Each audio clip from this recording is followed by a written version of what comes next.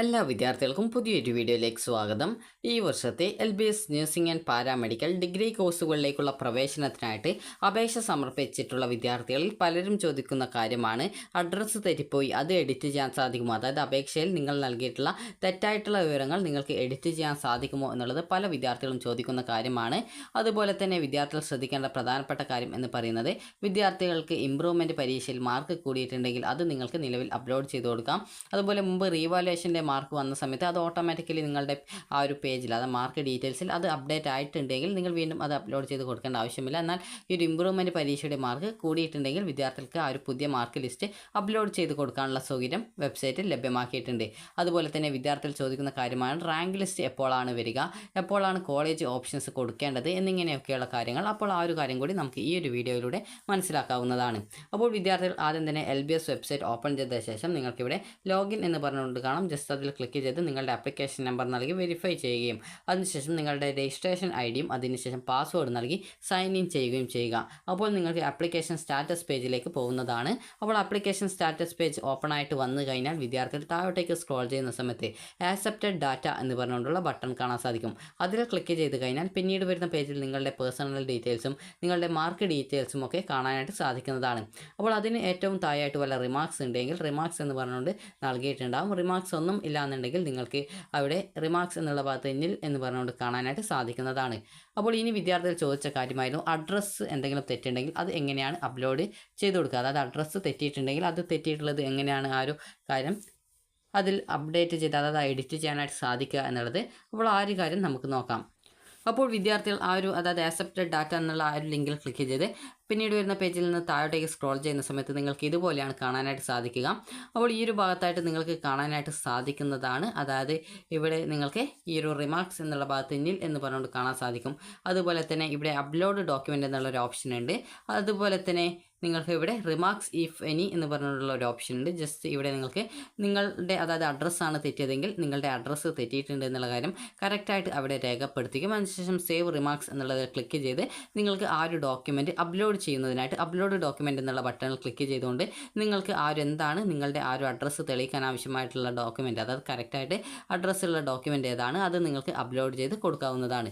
അതുപോലെ അപേക്ഷയിൽ വല്ല തെറ്റുകൾ ഉണ്ടെങ്കിൽ ഈ ഒരു തെറ്റുകളൊക്കെ നിങ്ങൾക്ക് ഈ ഒരു റിമാർക്സിൽ നൽകിയിട്ടില്ല എങ്കിൽ നിങ്ങൾക്ക് ആ ഒരു റിമാർക്സ് ഇഫ് എനി എന്നുള്ള ഓപ്ഷൻ വഴി ഇവിടെ നിങ്ങളുടെ ആ ഒരു എന്താണ് റിമാർക്സ് എന്നത്, എന്താണ് തെറ്റ് എന്നുള്ളത് എഴുതുകയും അതിനുശേഷം സേവ് റിമാർക്സ് എന്നുള്ള ക്ലിക്ക് ചെയ്ത് അത് റിമാർക്സ് ആയിട്ട് ആഡ് ചെയ്യുകയും ചെയ്യുക.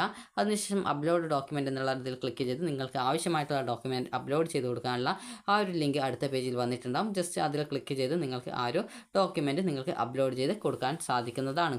അതുപോലെ തന്നെ നിങ്ങൾക്ക് ഈ ഒരു ഭാഗത്ത് റിമാർക്സ് ഇല്ല എന്നുണ്ടെങ്കിൽ നിൽ എന്നാണ് കാണാൻ സാധിക്കുക. റിമാർക്സ് ഉണ്ടെങ്കിൽ ഇവിടെ എന്താണ് റിമാർക്സ് എന്നുള്ളത് രേഖപ്പെടുത്തിയിട്ടുണ്ടാകും. അപ്പോൾ അത് കറക്റ്റായിട്ട് മനസ്സിലാക്കിയ ശേഷം വിദ്യാർത്ഥികൾ ശ്രദ്ധിക്കേണ്ട പ്രധാനപ്പെട്ട കാര്യം ആ ഒരു റിമാർക്സ് നിങ്ങൾ കറക്റ്റായിട്ട് എന്താണെന്നുള്ള കാര്യം മനസ്സിലാക്കി, അതായത് നിങ്ങളുടെ ഡോക്യുമെൻറ്റ് അപ്ലോഡ് ചെയ്തത് തെറ്റായിട്ടാണോ അല്ലെങ്കിൽ അപ്ലോഡ് ചെയ്തത് മാറിപ്പോയിട്ടുണ്ടോ എന്നുള്ള കാര്യങ്ങളൊക്കെ കറക്റ്റായിട്ട് മനസ്സിലാക്കിയ ശേഷം നിങ്ങൾ ആ ഒരു ഡോക്യുമെൻറ്റ് അപ്ലോഡ് ചെയ്ത് കൊടുക്കേണ്ടതാണ്. PDF രൂപത്തിലാണ് നിങ്ങൾ അത് അപ്ലോഡ് ചെയ്ത് കൊടുക്കേണ്ടത്.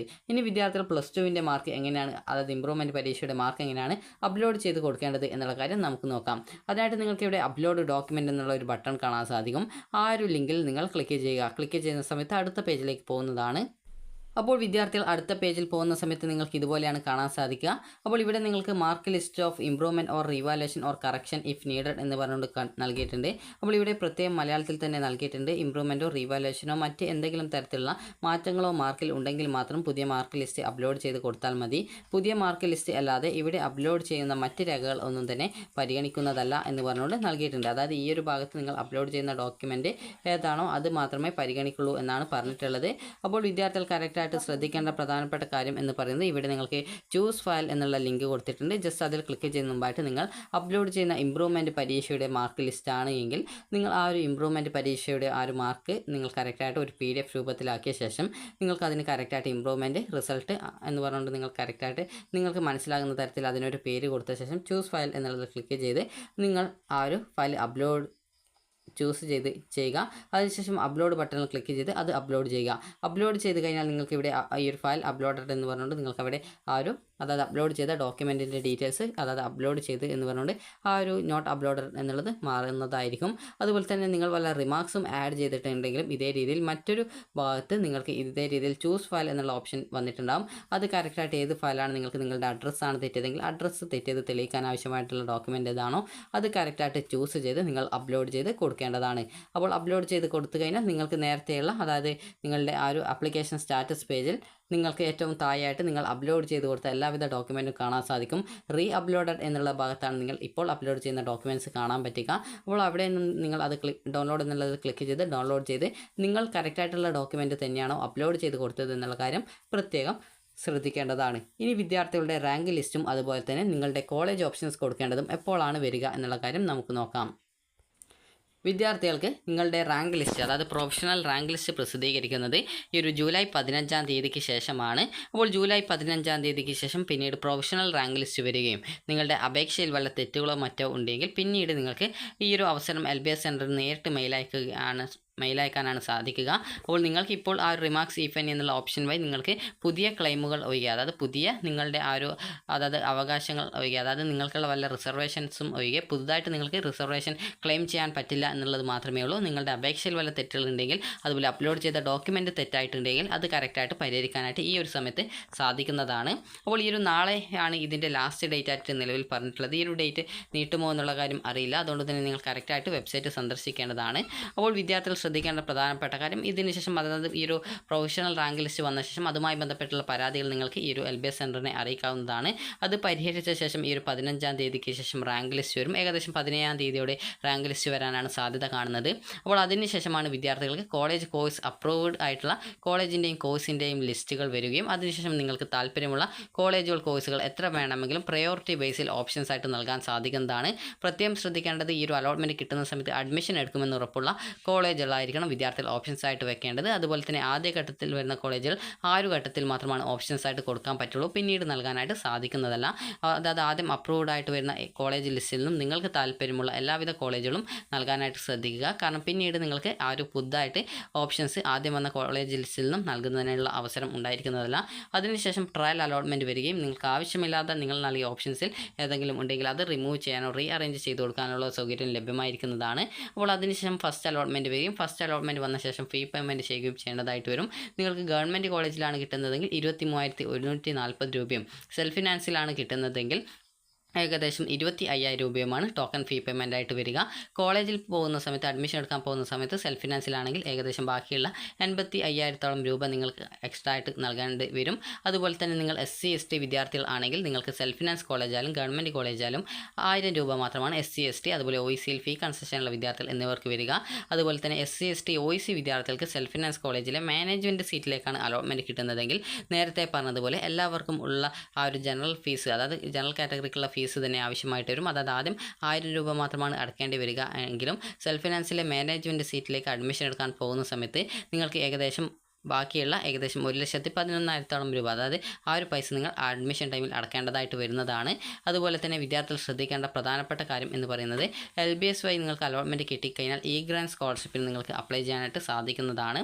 അതുപോലെ തന്നെ വിദ്യാർത്ഥികൾ ശ്രദ്ധിക്കേണ്ട പ്രധാനപ്പെട്ട കാര്യം എന്ന് പറയുന്നത് നിങ്ങൾക്ക് ടോട്ടലായിട്ട് ഏകദേശം 4 വർഷം ഈ ഒരു കോഴ്സ് കംപ്ലീറ്റ് ചെയ്തെടുക്കാനായിട്ട് ഏകദേശം ഒരു 5 ലക്ഷം 6 ലക്ഷം രൂപയ്ക്കടുത്ത് ചിലവ് വരുന്നതാണ്. അതുപോലെ ഗവൺമെൻറ് കോളേജിലാണ് കിട്ടുന്നതെങ്കിൽ നിങ്ങൾക്ക് ഈ ഒരു രീതിയിൽ ചിലവ് വരുന്നതില്ല. കാരണം നിങ്ങൾക്ക് ഏകദേശം മാക്സിമം പോയാലും ഏകദേശം ഒരു 1 ലക്ഷം രൂപയ്ക്കുള്ളിൽ മാത്രമാണ് ഈ ഒരു 4 വർഷത്തെ കോഴ്സ് കംപ്ലീറ്റ് ചെയ്യുന്ന സമയത്ത് നിങ്ങൾക്ക് ഫീസ് അതായത് ജനറൽ കാറ്റഗറി ഉൾപ്പെടെയുള്ള വിദ്യാർത്ഥികൾക്കും ഫീസ് ഇനത്തിൽ വരികയുള്ളൂ. അപ്പോൾ വിദ്യാർത്ഥികൾ ശ്രദ്ധിക്കേണ്ട പ്രധാനപ്പെട്ട കാര്യം എന്ന് പറയുന്നത് നിങ്ങൾക്ക് താല്പര്യമുള്ള കോളേജുകളായിരിക്കണം ആ ഒരു ഘട്ടത്തിൽ ഓപ്ഷൻസ് ആയിട്ട് കൊടുക്കേണ്ടത്. അപ്പോൾ വിദ്യാർത്ഥികൾക്ക് ഈ ഒരു റാങ്ക് ലിസ്റ്റ് വന്ന ശേഷം മാത്രമാണ് കോളേജ് കോഴ്സ് ഓപ്ഷനുകൾ നൽകാനായിട്ട് സാധിക്കുക. നിങ്ങൾക്ക് എത്ര ഓപ്ഷൻസ് വേണമെങ്കിലും നൽകാൻ സാധിക്കും. ഫസ്റ്റ് അലോട്ട്മെൻറ്റ് ഘട്ടങ്ങളിൽ അലോട്ട്മെൻറ്റ് കിട്ടുന്ന സമയത്ത് ടോക്കൺ ഫീ പേയ്മെൻറ്റ് ചെയ്യേണ്ടതായിട്ട് വരും. അപ്പോൾ ടോക്കൺ ഫീ പേയ്മെൻറ്റ് ചെയ്യാത്ത വിദ്യാർത്ഥികളെ ആ ഒരു ഫസ്റ്റ് അതായത് മുഖ്യഘട്ട അലോട്ട്മെൻറ്റിൽ നിന്ന് പുറത്താക്കുകയും പിന്നീട് വിദ്യാർത്ഥികൾക്ക് പിന്നീട് വരുന്ന സ്പെഷ്യൽ അലോട്ട്മെൻറ്റുകളിൽ പാർട്ടിസിപ്പേറ്റ് ചെയ്യാനുള്ള അവസരം ലഭിക്കുന്നതും ആയിരിക്കും. അതുകൊണ്ട് തന്നെ വിദ്യാർത്ഥികൾ താല്പര്യമുള്ള കോളേജുകൾ ആയിരിക്കണം ഓപ്ഷൻസ് ആയിട്ട് നൽകേണ്ടത്. അതുപോലെ തന്നെ വിദ്യാർത്ഥികൾ ശ്രദ്ധിക്കേണ്ടത് ഈ ഒരു പൈസ നിങ്ങൾക്ക് റീഫണ്ടായിട്ട് കിട്ടുന്നതാണ്. അഥവാ ഈ ഒരു അലോട്ട്മെൻറ്റ് പ്രോസസ്സൊക്കെ കംപ്ലീറ്റ് ചെയ്ത ശേഷം ഇഷ്ടമില്ലാത്ത കോളേജോ അല്ലെങ്കിൽ സെൽഫ് ഫിനാൻസിലൊക്കെ കിട്ടിയിട്ട് ഫീസ് അടക്കാൻ സാധിക്കാത്തതുകൊണ്ട് പിന്നീട് അഡ്മിഷൻ എടുക്കാത്ത വിദ്യാർത്ഥികളുണ്ടാകും. അപ്പോൾ അങ്ങനെയുള്ള വിദ്യാർത്ഥികൾക്കും റീഫണ്ടിനായിട്ട് അർഹത ഉണ്ടായിരിക്കും. അപ്പോൾ റീഫണ്ട് നിങ്ങൾക്ക് ലഭിക്കാനായിട്ട് വളരെയധികം വൈകാറുണ്ട്. കാരണം പല വിദ്യാർത്ഥികൾക്കും ചിലപ്പോൾ ഏകദേശം അതായത് ഈ ഒരു നവംബർ ഡിസംബർ മാസത്തിലാണ് റീഫണ്ടിനുള്ള അപേക്ഷ വരുന്നത്. അപ്പോൾ ആ ഒരു ഘട്ടത്തിൽ നിങ്ങൾക്ക് അപേക്ഷ നൽകി കഴിയുമ്പോഴേക്കും നിങ്ങൾക്ക് പിന്നീട് അതിൻ്റെ ആ ഒരു ഫീസ്, അതായത് നിങ്ങൾ അടച്ച ആ ഒരു പൈസ റീഫണ്ടായിട്ട് കിട്ടാനായിട്ട് കുറേ കാലതാമസമൊക്കെ എടുക്കാറുണ്ട്. അപ്പോൾ അതുകൊണ്ട് തന്നെ വിദ്യാർത്ഥികൾ ഓപ്ഷൻസ് നൽകുമ്പോൾ നിങ്ങൾക്ക് അഡ്മിഷൻ എടുക്കാൻ സാധിക്കുന്ന തരത്തിലുള്ള കോളേജ് ആയിരിക്കണം എന്നുള്ള കാര്യം പ്രത്യേകം ശ്രദ്ധിക്കുക. കാരണം നിങ്ങൾക്ക് സെൽഫ് ഫിനാൻസിൽ ആണെങ്കിൽ നിങ്ങൾ അഡ്മിഷൻ എടുക്കുന്ന സമയത്ത് തന്നെ ആ ഒരു ബാലൻസ് ഫീസായിട്ടുള്ള മുഴുവൻ ഫീസും നിങ്ങൾ അടക്കേണ്ടതായിട്ട് വരും. അതുപോലെ തന്നെ ഗഡുക്കളായിട്ടോ മറ്റോ അടക്കുന്നതിനായിട്ട് കോളേജ് സമ്മതിക്കാറില്ല. അതുകൊണ്ട് തന്നെ നിങ്ങൾക്ക് സെൽഫ് ഫിനാൻസ് കോളേജിൽ കിട്ടുന്ന സമയത്ത് ഈ ഒരു കാര്യങ്ങളൊക്കെ പ്രത്യേകം വിദ്യാർത്ഥികൾ ശ്രദ്ധിക്കേണ്ടതാണ്. അപ്പോൾ നിങ്ങൾക്ക് ഗവൺമെൻറ്റിൽ ആണെങ്കിൽ നിങ്ങൾ ആ ഒരു ടോക്കൺ ഫീസ് ഇനത്തിൽ തന്നെ ആദ്യഘട്ടത്തിൽ തന്നെ അടക്കുന്നതുകൊണ്ട് പ്രത്യേകിച്ച് ആ ഒരു പ്രോബ്ലം വരുന്നില്ല. അതുപോലെ തന്നെ വിദ്യാർത്ഥികൾക്ക് പിന്നീട് യൂണിഫോം, അതുപോലെ തന്നെ ബുക്ക്, അതുപോലെ ഹോസ്റ്റൽ ഫീസ് എന്നിങ്ങനെയുള്ള ബാക്കി ഫീസുകൾ എക്സ്ട്രാ ഇനത്തിൽ വരുന്നതായിരിക്കും. അപ്പോൾ വിദ്യാർത്ഥികൾക്ക് ഈ ഒരു വീഡിയോ ഉപകാരപ്രദമായിട്ടുണ്ടെന്ന് കരുതുന്നു. അപ്പോൾ വിദ്യാർത്ഥികളുടെ +2ൻ്റെ സേ പരീക്ഷയല്ല ഇമ്പ്രൂവ്മെൻറ്റ് പരീക്ഷയുടെ മാർക്കോ അതുപോലെ അപേക്ഷയുള്ള വല്ല തെറ്റുകൾ ഉണ്ടെങ്കിൽ ആ തെറ്റുകൾ തിരുത്തുന്നതിനും നിങ്ങൾക്ക് നാളെ വൈകുന്നേരം വരെ അവസരം ഉണ്ടായിരിക്കും. ഈ ഒരു ലാസ്റ്റ് ഡേറ്റ് നീട്ടുമോ എന്നുള്ള കാര്യം അറിയില്ല. അതുകൊണ്ട് തന്നെ നിങ്ങൾ കറക്റ്റായിട്ട് വെബ്സൈറ്റ് സന്ദർശിക്കേണ്ടതാണ്. അപ്പോൾ വിദ്യാർത്ഥികൾക്ക് ഈ ഒരു വീഡിയോ ഉപകാരപ്രദമായിട്ടുണ്ടെങ്കിൽ ലൈക്ക് ചെയ്യുക, ഷെയർ ചെയ്യുക. Thank you for watching.